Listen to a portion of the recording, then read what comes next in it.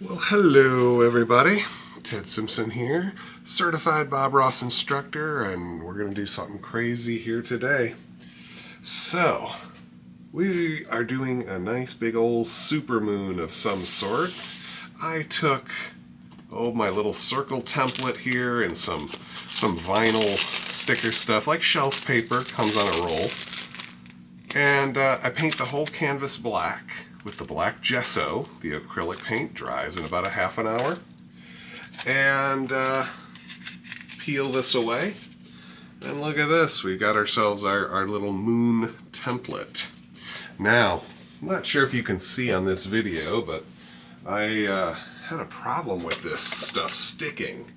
I did an oval here, and then I painted just the bottom half of the oval black. I'm not sure if you can see it. I could barely see it, in person here. And what am I doing?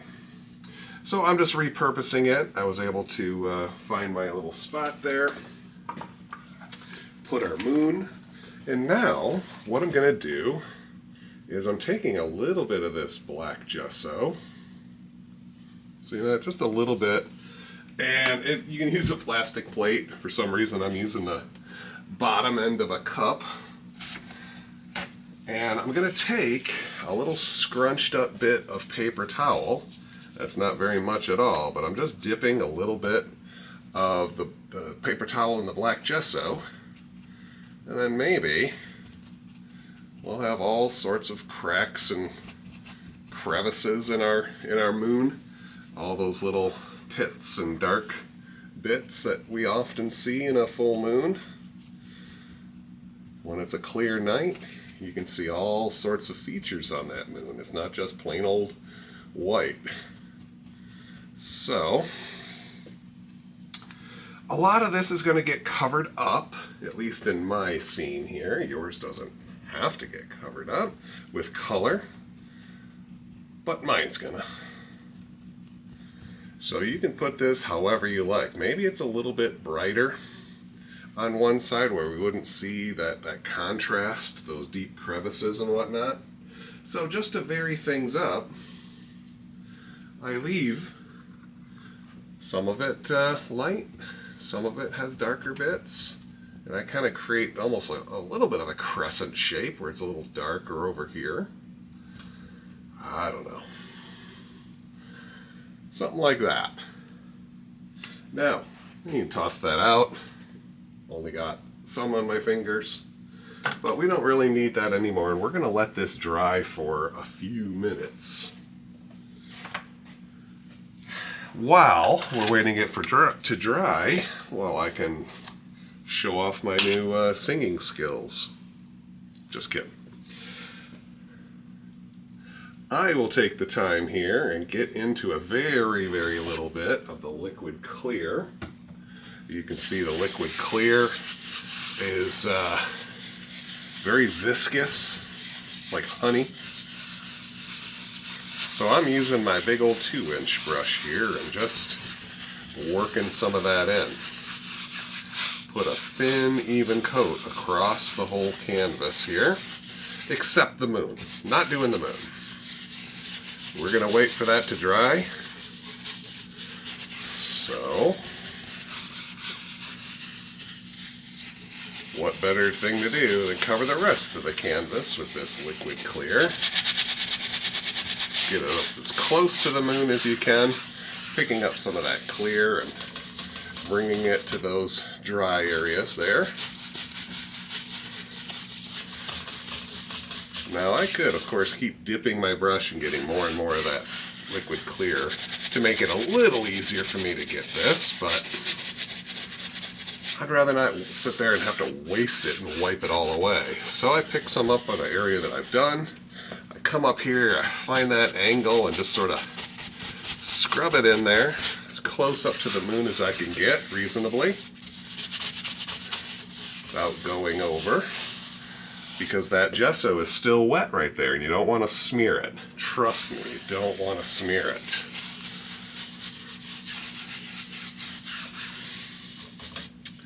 This canvas, boy, look how flippity-floppity it is. I might take care of that real quick. Ooh, I'm going to have to cross over.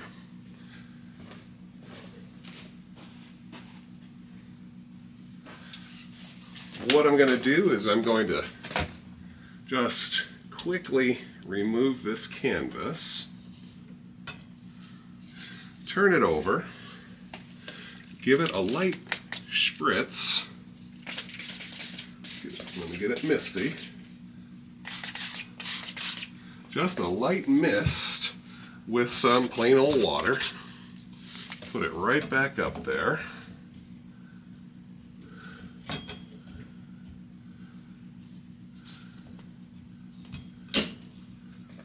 Lock it back in place. Oh, do you see that already? How taut that is now? Nice and tight. Simple, simple. Look at all these tricks. If you put a little too much, it might crease up a little, but it'll loosen back up. So what are we going to do now? That took a little bit of time. Well, I'm just going to test by just pressing, rubbing a paper towel onto my moon, not wiping, just pressing and rubbing the paper towel. It pulled off some of that black gesso. It's not dry yet. But to help it dry a little bit more, I'm going to blot, blot, blot. Oh, I wiped, didn't I? Shouldn't have done that. Pull off a little more. All right, we'll give it another minute or so. In the meantime,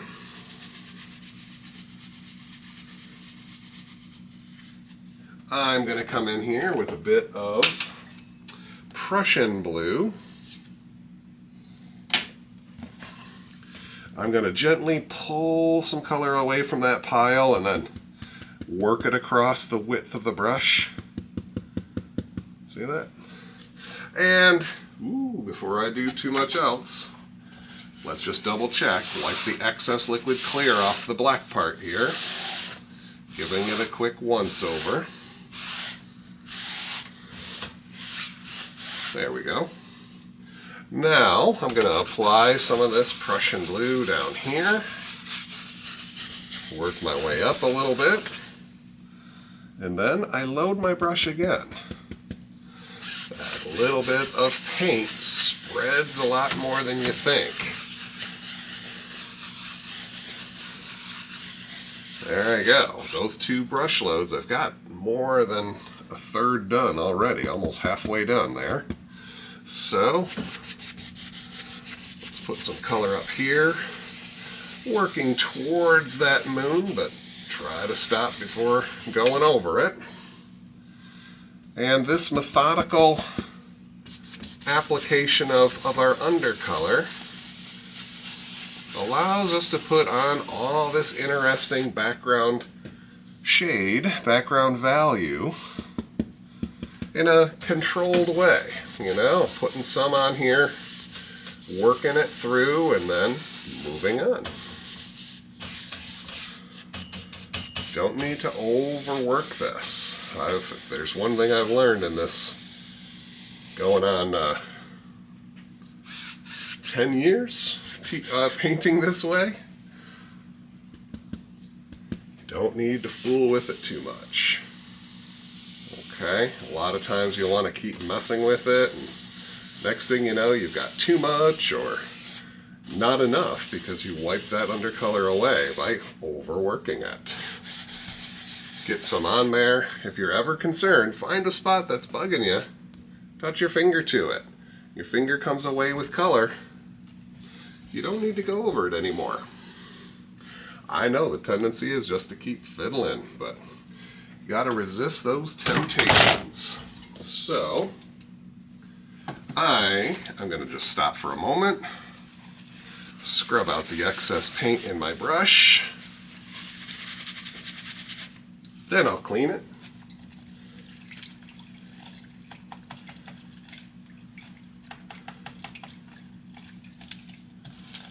Got my bucket here and my cleaner.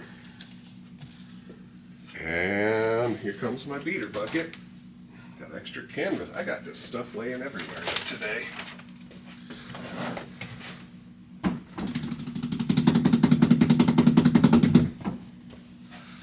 I got a whole setup already here today. I have a private lesson a little later on in the afternoon, but this is the only time I had to do this week's video, so I get to paint twice in one day. Look at me. Alright, let's do that test again. Clean paper towel, come up here, rub it onto there, pull away, nothing. It's dry.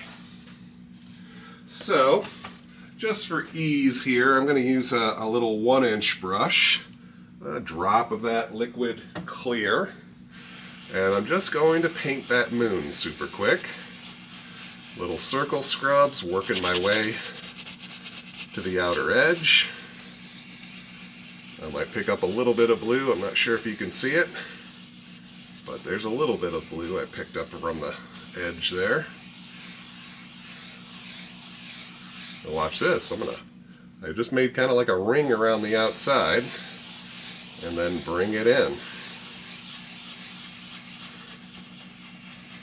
Ooh, look at that. I don't know, how dark do you want your blue? How dark do you want your moon? Just by pulling some of that dark color inward, you can have a little dark side of the moon there where you want it bright. Just don't go over that part. It sounds so simple, right? If you accidentally get a little more on there you want to take some away, just start with a clean brush and just scrub over it, and you'll pull off some excess so it's a little lighter over here, a little darker out here at the edge. And here comes the fiddling, right? You can go over this as many times as you like to get the transition the way you like. This is nice and bright, very little blue. As I move away, darker. But once again, gotta remind you, you only have a limited amount of undercolor here. And we don't like to keep going back and putting more on and rubbing it off and putting more on. So the more you work this, eventually you're going to take the color off and you'll just see the white moon again. So we got to try to avoid overworking it. You only have so much blue to blend. See that? A little bit more. Ooh, I like that. Even darker. Everything's going to get a shade darker here, but still remain light down in this little section here. Now, once I have that, maybe let's create a little bit of reflected moonlight there. Maybe it's catching and we're seeing a little bit more of that moonlight brightening up, creating a little bit of visible mist and fog here at the base. So, with these little sideways crisscrosses, getting right up to the edge of that moon, putting a little bit of white here, and fading it away. It's a little bit brighter where the moon is, and then as I move away, it picks up some of that blue and fades it out. Now, the more I keep working it, it's just going to take that white and keep pulling it back onto the brush, and it just darkens and softens. And you can do this to create these fade outs. Goes from bright to dark, but again, you only have a certain amount of time to do it.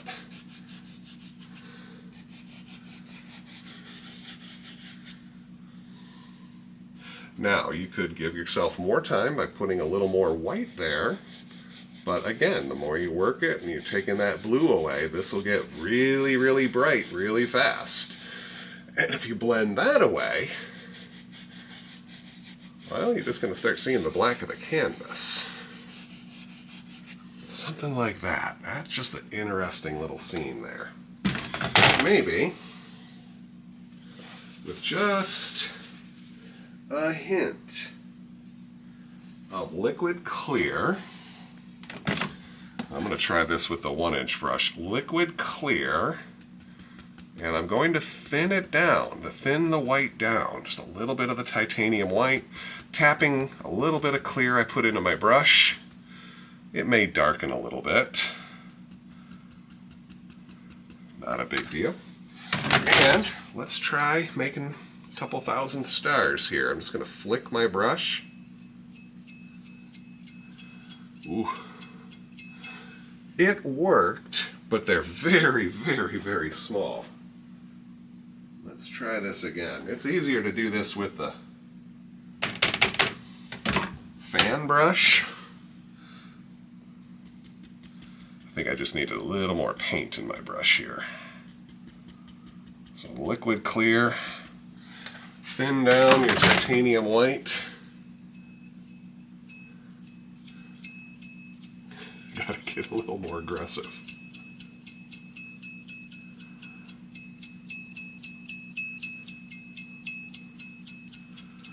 All right, couple million stars. Love it.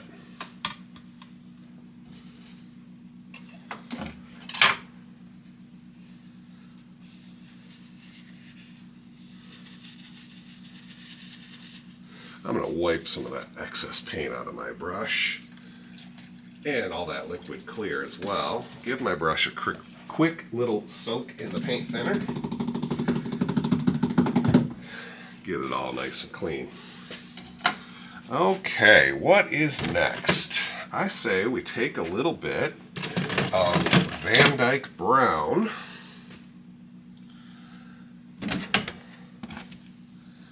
Well, I don't know there. A little bit of the Van Dyke Brown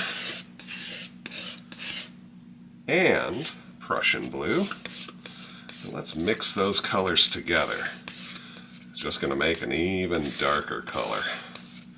Van Dyke Brown, touch of Prussian Blue, pull it out, scrape it, spread it.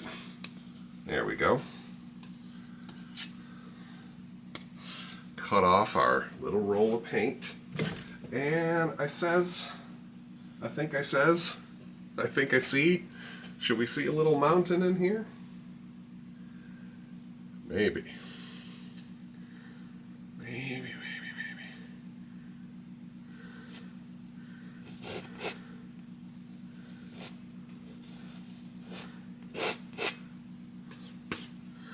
It's going to be a little hard to see.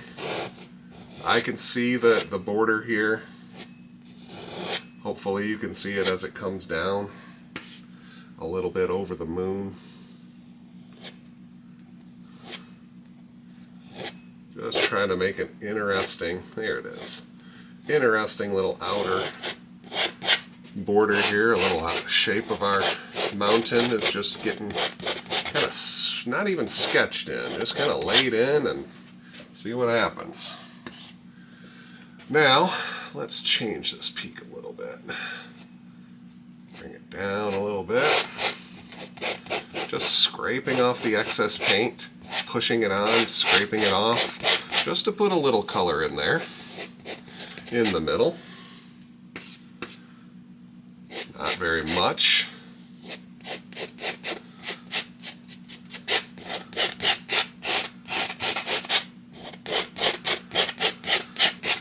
There we go. Just a little basic shape.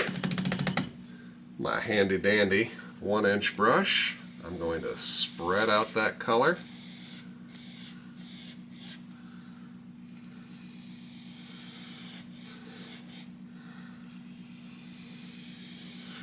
Pushing that color. I got those bristles bending here.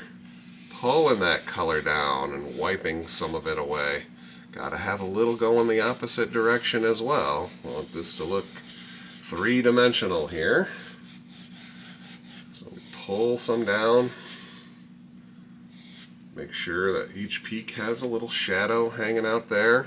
We'll figure it out when we get the highlights going. Maybe it comes down just a little further on this side. We'll see. We'll see. Trying to figure out what looks right here.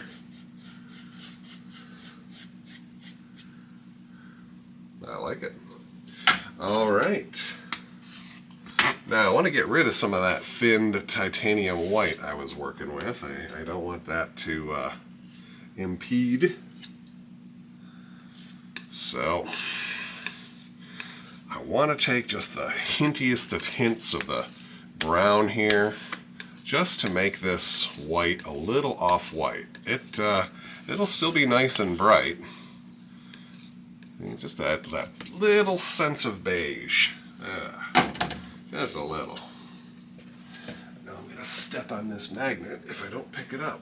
So, let's get our little roll of paint. And this time here, we're going to be making left-sided highlights with our right hand. So, I find it easy just to rotate the knife up and just sort of lay it in there. I was just watching an episode on the YouTube, like weekend streaming. It kind of flashes across my recommended, and Bob was doing a little left-handed highlight, just sort of tilting the knife, and you can get all sorts of easy effects here. Now, of course, the more you go at it, the less paint you have on your knife. This softens out and just sort of mixes right into the dark, doesn't it?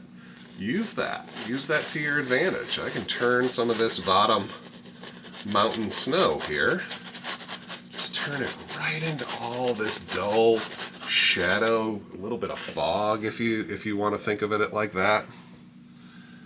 I'm just playing around here. A little bit more out there. Maybe it comes out a little wider at the bottom. But as soon as you go over it, it rubs away, so you can just graze some right back on.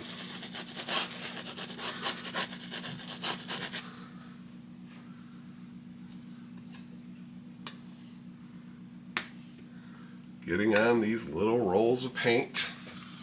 I do this so often here. If it's not a nice even roll, I stop, I re-spread it out, and I make it a clean roll again. Way up top here. There's my edge. Sometimes it's a little hard to see because it's black.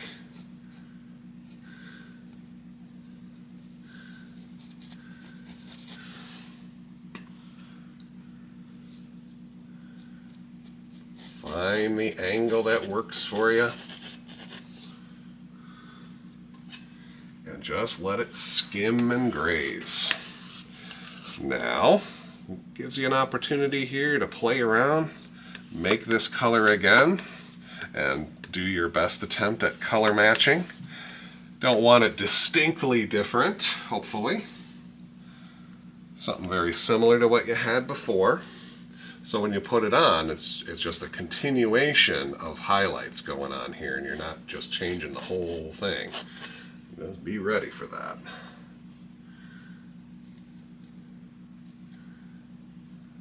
Little bits here, a little bit more here.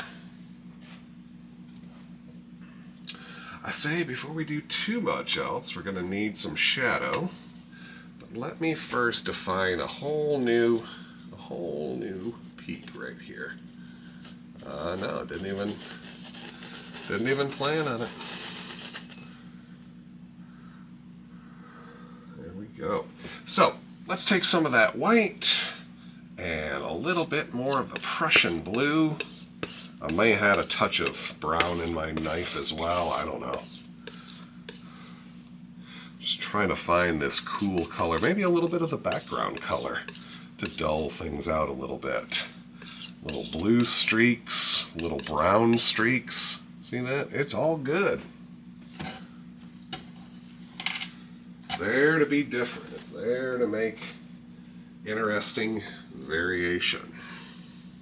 So, cut a little roll off of that. You got all those little variations of color up in the other side. Ooh, now, on these smaller peaks, that big knife might be a little too much. I could sneak a little bit in here, something like that, but it's kind of bugging me. So, I'll use the small edge of my knife, and I can easily get some of these shadows up in there. You may find a different angle works for you. Any of these little hard to reach spots, try to bring it out the opposite direction of the highlight.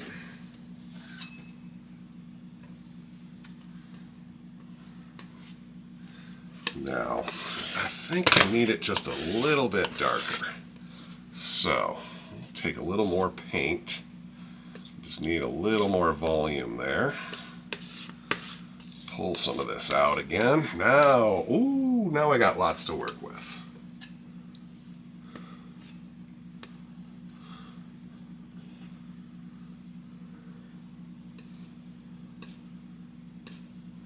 I do like that small edge when we're playing around here. Gives you a little bit more control.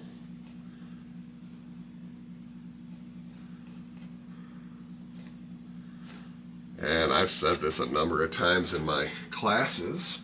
Quite often we want very little control, you know, but we still got to sneak the knife in there. So having a little control in these situations, you know, you'll figure out what I mean as you're doing this.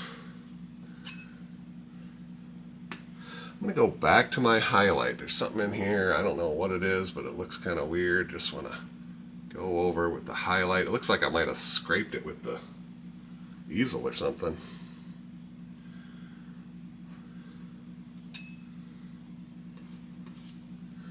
Any of these little spots, I'm just bringing them out, creating this look here. And we are going to go back. Trust me, we are going to go back to the highlight once we get some of the basic shadows laid out here.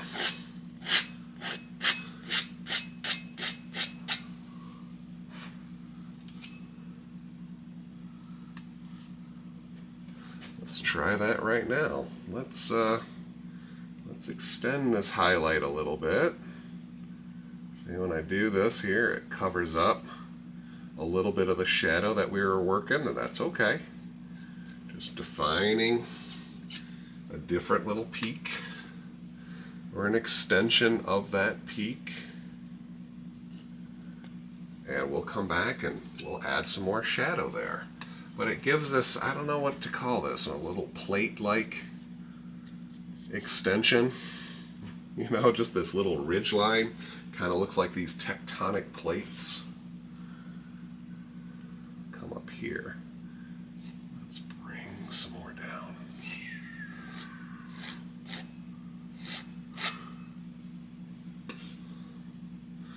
Each of these little tectonic things here maybe are a little bit in front of the previous ones.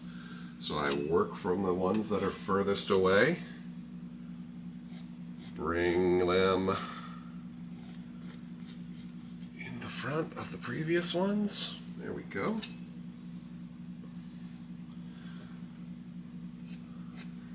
And this fooling around gets a little fun to do. Just got to be careful you're not going over and changing the perspective too much. I'll tell you, it looks like I have this little ridge out here. Hard to see, but I almost forgot. So we got to get this one in here now with our highlight. Using the small edge of my knife and my highlight shade and just grazing that paint over. And one of our important rules, come right back. Any new highlight needs its own little shadow. Ooh, look at that new thing coming right out there. Almost wants to be a little further down.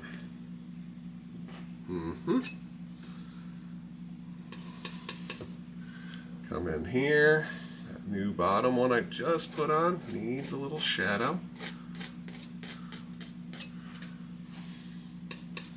See a little spot here. Just a little shadow right there for it to make sense. Let's step back. Let's see what we got.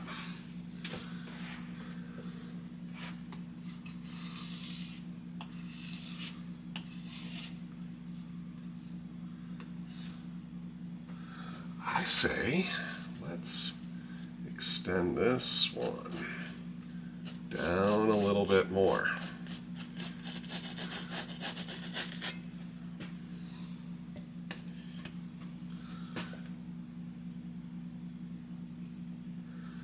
Want to be careful about adding more and more highlights. If you keep going over that same spot, it starts to kind of smear together. Starts to lose its mountainy look. So now I'm just doing a little bit of cleanup, trying to find these little spots here where a little shadow would make sense. Not trying to kill all that dark color. Sometimes I get right up there and I leave a little gap. I get it, you want to change things and make it look as good as you can. So now some of this here, I'm just going to rub, blend and soften here. I could tap with my brush, I might do that. But I think one last thing. If I can.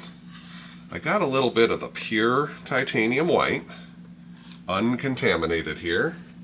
And let's see if I can't pick out a spot here or there that might be catching the light just a wee bit stronger. Not sure if you can see these too much. If you can, great.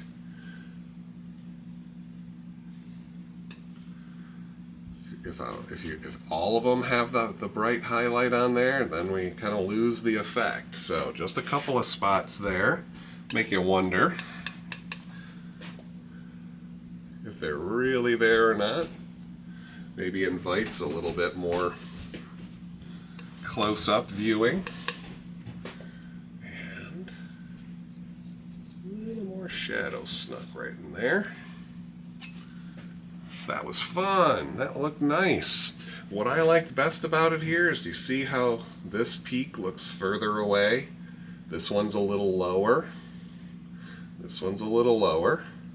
This one's a little lower. Look at that sense of distance we have. Now, as I said here, you could come in here with your clean, dry brush, and I'm just doing a softening effect. Watch how this bottom picks up a little bit of that blue. Wow. Well, we get some color mixed in here. Start to feel kind of a coolness in the scene here. We got our lovely little scene. Maybe we've got some trees off in the distance here, just to generate a that mid-ground, so to speak. So I'm going to take a bigger pile here and the rest of my Prussian blue. What the heck? Can always get more. Add some brown to it. So it's basically a much bigger pile of like the mountain background color. We can use some of those similar colors here. We kind of have a palette laid out, a painter's idea of what's going to be in the scene. It generates kind of mood by using a certain number of colors in different forms throughout the same painting. The color palette, so to speak. Oh, you correct me, folks, if I'm getting my art terms wrong. But maybe off in the distance here, just something to bring us forward. Now I'm looking at this picture, I swear, it kind of looks like Bob's Mountain Seclusion. He did this scene, older episode. But he didn't have the moon in there, so it's a little different. But all of a sudden, look at this difference here. Doesn't that just change the whole perspective?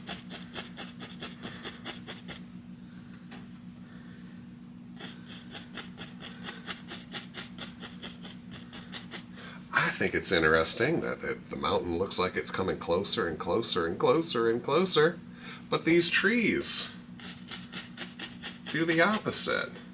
They're further away and they get closer and closer as we move the opposite direction. Wow! Freaky, huh?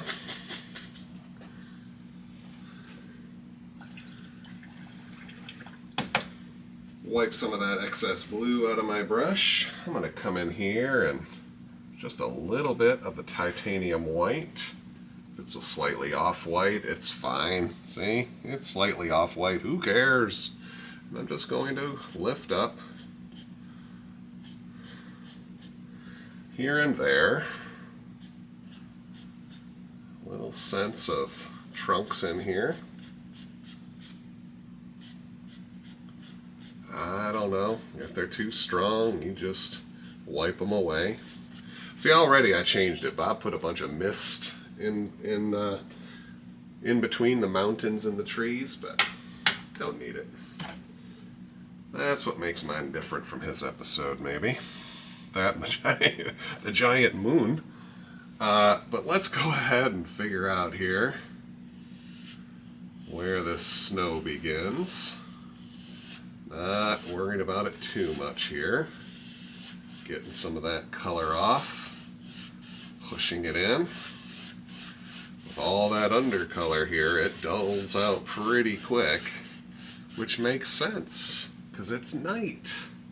It doesn't need to be super bright white. Then again, if you want there to be a little bit of highlight here and there, you could drop a little extra snow in, brighten it up. Variation, my friends, once again, variation of color is what sells the effect.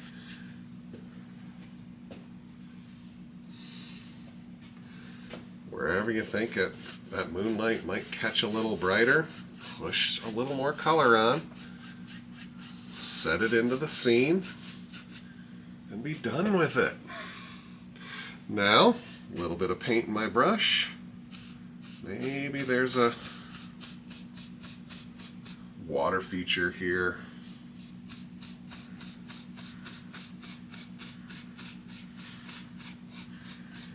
Get that in there. Just a touch of color, pulling it down. Then with our clean dry brush, we'll stretch, blur, and soften.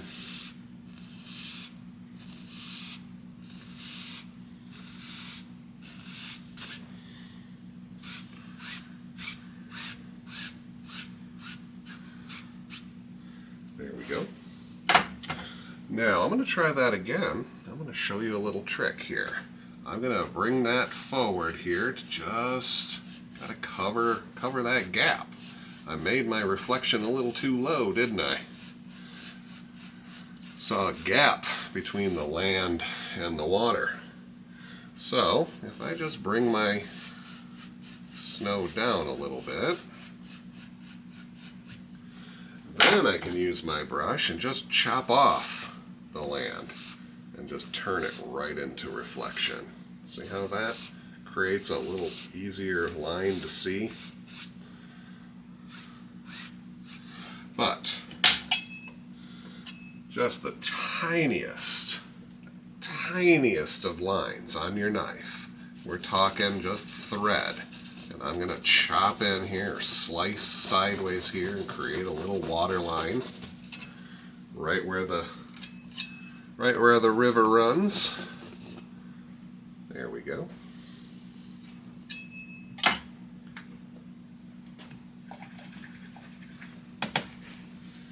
Now, I'm going to use a smaller fan brush here. Let's get right into that color. Ooh, I just need more, don't I? Well, I'll give a little cheat here, my friends. Instead of putting out a few more colors here, Prussian blue, more Van Dyke brown, a little crimson. I just break out my tube of mountain mixture. And that way, don't have to fiddle so much, see? Thought of lot of everything, that Bob Ross company. They put all those colors right into a tube to Bob's specifications. We got our mountain mix without no fuss, no muss. So, let's have ourselves a big old tree here. Come in here, tap down. If you were following along with that other episode I was talking about, Bob tapped up and made all sorts of taller, smiley looking trees here, but we're just going to make downward facing ones right down a little bit below our snow line. Give a sense of some big old monster trees here in the foreground. And it's just tapping, building down a basic shape.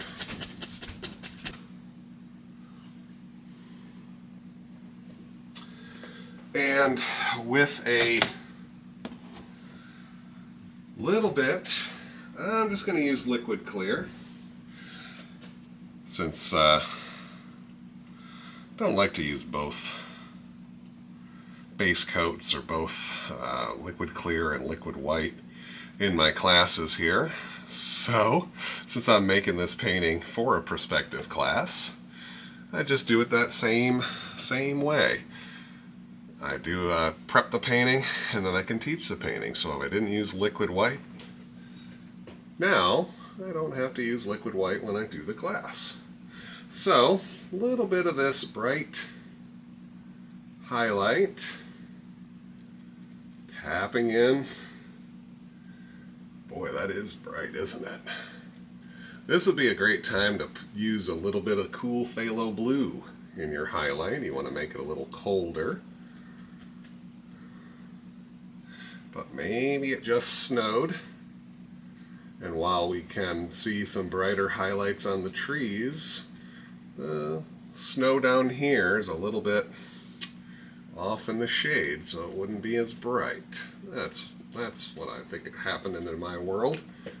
You can make it however you like in your world. Just getting a little bit of highlight up there at the top.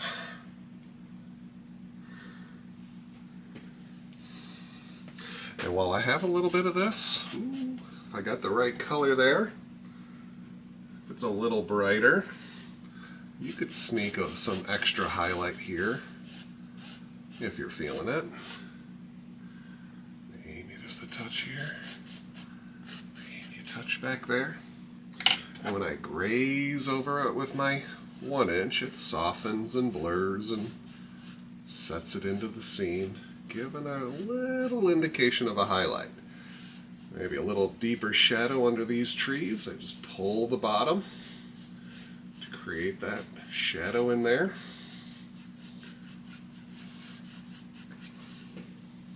Almost like a little hill that it lives on. So, maybe we have a whole little landmass down here on this side.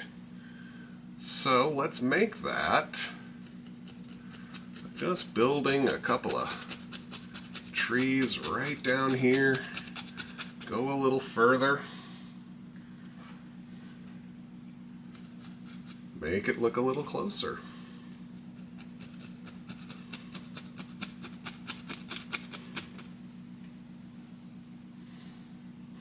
There's a lot going on in this scene now here, lots of layers.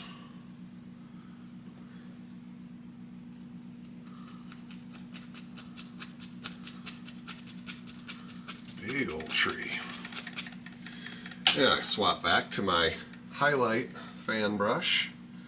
I tell you, it's such a helpful thing having two of the same brush when you're switching back from darks to lights and lights to darks. And let's say this tree is a little further back, so we're going to just put those highlights in first. Just a little bit more on the side facing the moon.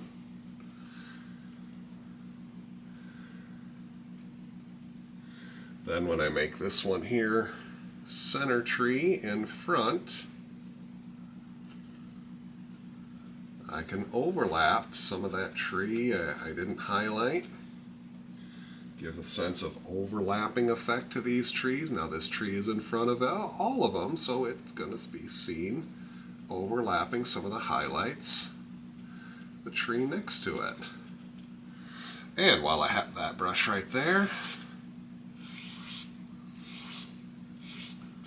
we can just pull out some land, and then let's just soften it. First brush I grab is the 2-inch brush. Ooh, look at that.